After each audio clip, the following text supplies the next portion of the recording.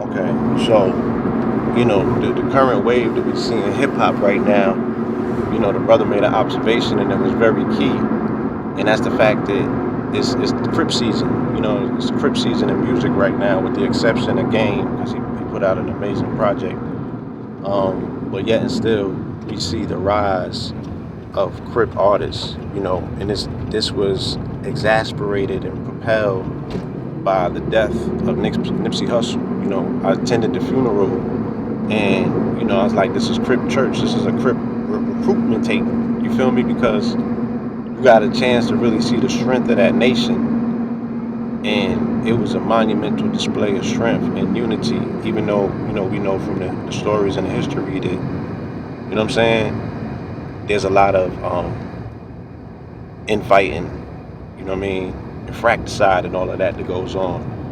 But nonetheless, what we also bore witness to is this resurgence in Crips making music, and the music, being out of here. So you got Blueface, you feel me? Of course, you got Nipsey, and in Brooklyn, you have Fivo Foreign, right? Representing the Woos, which is a conglomeration of Bloods and Crips. But in particular, Big Drip, which was his song, talks about Shorty sucking on a Crip dick. So, you gotta put one in the Crip department for that. And then you got Pop Smoke, and you have the other facts and the rappers that are underneath them, and they're connected to GS9, which is Bobby Shmurda and them. And what's very interesting about, the way that I make observations of hip hop, I deal with it regionally and also through fashion. So, even on the West Coast, Rich Crippin' and all of that dealt with, fly Crip shit. Nipsey and them was getting fly, they was going in the stores. Roddy Ricch and all of them, Son get fly, you talk about labels, he get jig, they get clean, they get money. You see him in farms, you see them iced up. Blueface is he look like a fucking iceberg out here, he's frozen. Like, these niggas get jig, they get money, they emphasize that aspect of the lifestyle. Fly Crip shit, In New York, you see the same thing.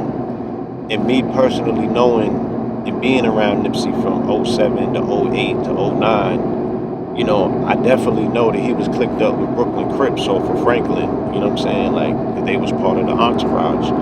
And they was, putting them on to certain fashion trends. And the thing about the convergence of those areas, those are the old stomping grounds for boosters. Franklin Avenue is the meeting ground for boosters. Franklin Avenue is where the ADOS, converge with the Caribbean aspect of black people in New York. You feel me? And the ADOS more so concentrated in Brownsville and Bed-Stuy. Those are your foundational blacks that come from down south. Foundational blacks that come from down south occupy places like the outskirts of Queens, and St. Albans and shit like that. Foundational black families in New York that migrated up here and worked hard and bought some of them houses. Then the Caribbean influx in areas like Canarsie, Flatbush, East Flatbush, Flatlands, all up and through there. Those strongholds where Caribbean families that now came into the country, saved up and bought houses, and their children were provided somewhat with better lifestyles than in other parts of the city, but nonetheless, they also shifted towards, the streets. In the streets around there, the main emphasis is on swiping. More so, it was boosting back in the days, but now it's more so swiping. So these children are children of that particular criminology cloth. You dig what I'm saying? They be up in them stores getting jig, fucking with them labels. An energy and something that I participated in, in my younger years as well. So I know the terrain all too well. I know what I'm looking at. And, young niggas getting fly, shit like that. They got dances to go along with it, just like Blueface had his dance, Like, so there's a wave because they connected with the youth. And Tekashi did brand damage for the Bloods. That's gonna take a lot of work to kind of clean that up. Cardi B can't carry that alone, because of where she's at in her career, And once again, the criminality associated specifically with the Bloods, but gang culture, period, she has to kind of step away from that. You know what I mean? She definitely can't be up there, trying to resurrect the Blood Nation and shit like that. It's too hot. So the Crips is gonna, they're gonna Crip walk all over this shit, for as long as it is allowed to take place. And you know what I'm saying, no federal probes rain down on that. But I ain't wishing that on them young brothers. You know what I mean? And also they gonna keep the flame lit until GS9, until Bobby Shmurda come home. And Bobby Shmurda will then ascend the throne, and we probably in no time crown the king of New York. And then that's gonna start an entirely different, gang surge. You know what I'm saying? And they also have active adversaries in that space. You know what I'm saying? With the BLIXY'S on the scene. And these young men from Crown Heights, you know what I mean, consortium of the GDs and shit, the folk, representing that particular energy. And these young men don't get along. You know what I'm saying? These young men don't get along. They're in very close proximity to one another. And as more people touch more paper, the guns is gonna get bigger and louder. You feel me? So hopefully we don't see any tragedy befall our young brothers that are caught up in this trap. You know what I'm saying? Trapping and drilling. You know what I'm saying? But on the side of talent, I like what I'm seeing. You feel me?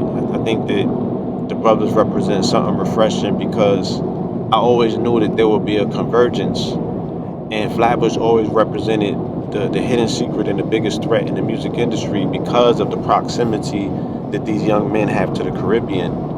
Now, hip-hop was born out of a Caribbean influence. It comes from the 202 Calypso beat, and it was impregnated through the hands of someone from the islands, Kool Herc, who was implementing the sound clash, system at that time. So all of these elements go into it. These young men represent a convergence of American ethos and Caribbean background, spirit, and energy. So the dancing is going to be there, the mixing between reggae, as you see Afrobeat explode on the scene. That sound is now an international sound.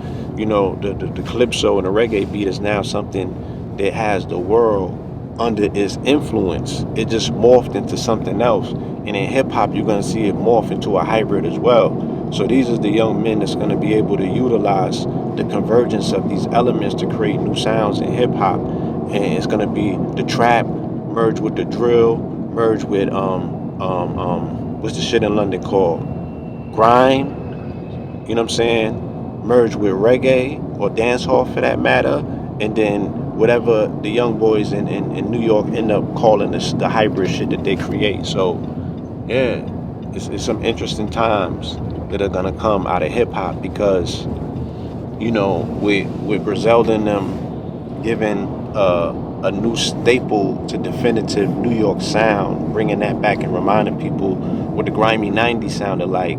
And then you got these young dudes coming out of Brooklyn who have to find their own new style, which is a hybrid of other styles as well, but it still feels New York. You know what I mean?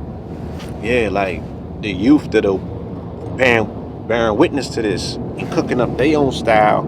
You know what I'm saying? It's a consortium and combination of both styles, because that's how New York niggas gonna do. They gonna mix it up like motherfucking, rice and beans.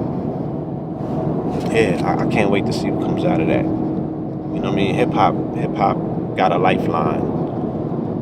You know what I mean? It has a lifeline. And at the same, it's killing itself, and it got a lifeline. And that's the narrative, you know what I'm saying? That's the narrative. That's always the race and the pace to see which one is going to win the race.